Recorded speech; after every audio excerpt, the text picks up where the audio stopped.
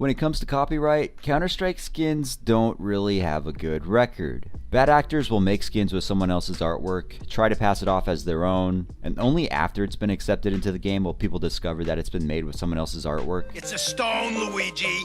You didn't make it. But not before the skin maker has collected a big bag from it. There's many cases of this happening, but it all started with the M4A4 Howl. And it's how Valve handled the Howl that's kind of disillusioned the community ever since. Once Valve received a DMCA takedown notice for the M4A4 Howl, Valve redid the artwork on it, removed it from the Huntsman case, and gave it its own rarity called Contraband.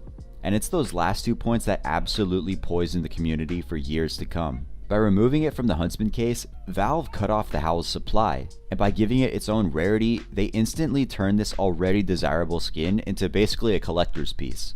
And it skyrocketed in price because of this. So there can be big financial opportunity in a skin having copyright issues.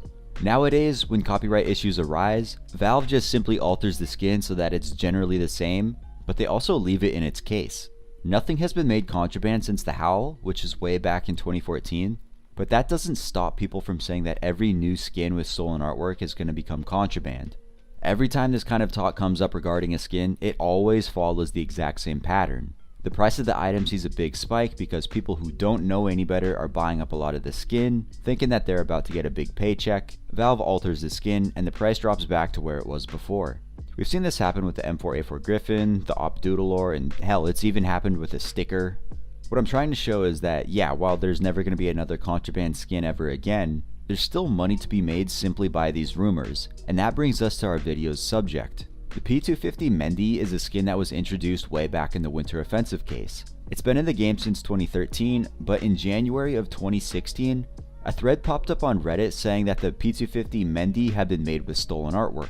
Now, that's a very serious accusation, especially when the skin had been in the game for over 2 years now with zero problems. While the post itself is now long deleted, the poster's argument was that the skin's texture was stolen from a stock image website and that it'll soon become contraband because of this. Now, they were correct about the texture being a stock texture, and we can see that here, but the comments the poster got to this probably wasn't what they were expecting, as everybody in the comments just started dunking on them.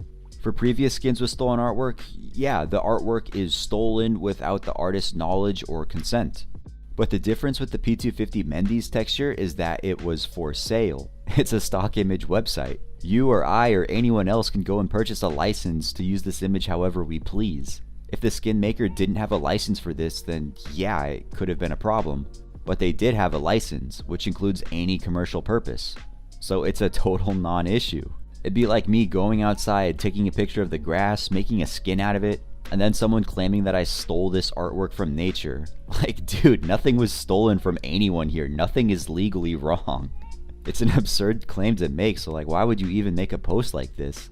Well, it's not impossible that it was made by someone with good intentions who doesn't understand anything about licensing, but it's much more likely that this was a deliberate attempt at market manipulation. Like I've shown with the other skins, anytime there's talk like this about a skin, its price skyrockets. And that's exactly what the price of the Mendy did. It's hard to say by how much exactly because of how Valve doesn't like to show detailed history of their Steam market graphs, but thanks to old screenshots, we can see that prices grew between 200 and 300%. So if you were someone at this time who had lots of Mendy skins, you could have made some very easy money.